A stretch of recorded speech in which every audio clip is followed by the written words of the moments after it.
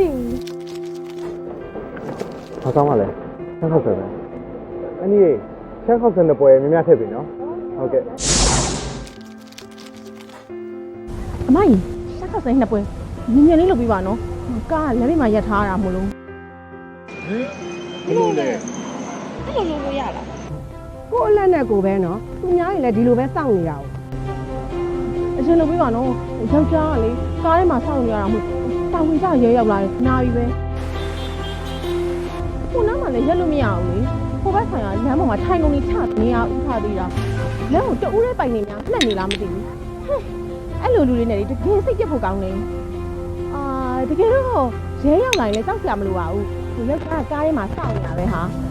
ပြီးတော့ကားဆက်ကလည်းနှိုးထားတယ်ဆိုတော့ဟိုထိုင်လဲစောင့်နေရဆိုတော့မှားတယ်လို့လည်းပြောလို့မရဘူးလေနော်ဟုတ်တယ်မလားကဲဘယ်လိုလဲအရင်လုပ်ပေးလိုက်မယ်မလား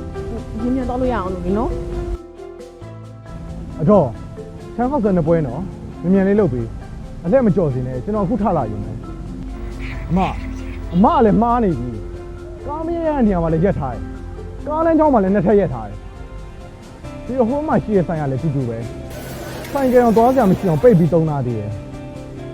အများပြည်သူအသုံးပြုတဲ့လမ်းမှာဒီလိုလောက်တာမှန်ကန်တဲ့လောက်ရလားဆိုင်ရှင်တော်ကလည်းတူတူပဲဗျာနောက်မှရောက်လာတဲ့အမအုပ်ကြောင့်အရင်လုပ်ပြီးရယ်အတော်ကလေကျွန်တော်ရပိုင်ခွင့်ချိုးဖောက်တယ် စိတ်အေးထားပါတကယ်တော့ငေါင်းတယ်ဒီမှာမထိုင်စားနေနဲ့တေချာစဉ်းစားတင်တယ်ငေါင်းလည်းအတူတူပဲလူအများသွားမဲ့လမ်းမှာထိုင်စားတာတခြားသူတွေရဲ့အခွင့်အရေးကိုချိုးဖောက်လို့ဖြစ်နေပြီလေတခြားသူတွေရဲ့အခွင့်အရေးကိုချိုးဖောက်လို့ဖြစ်နေပြီလေ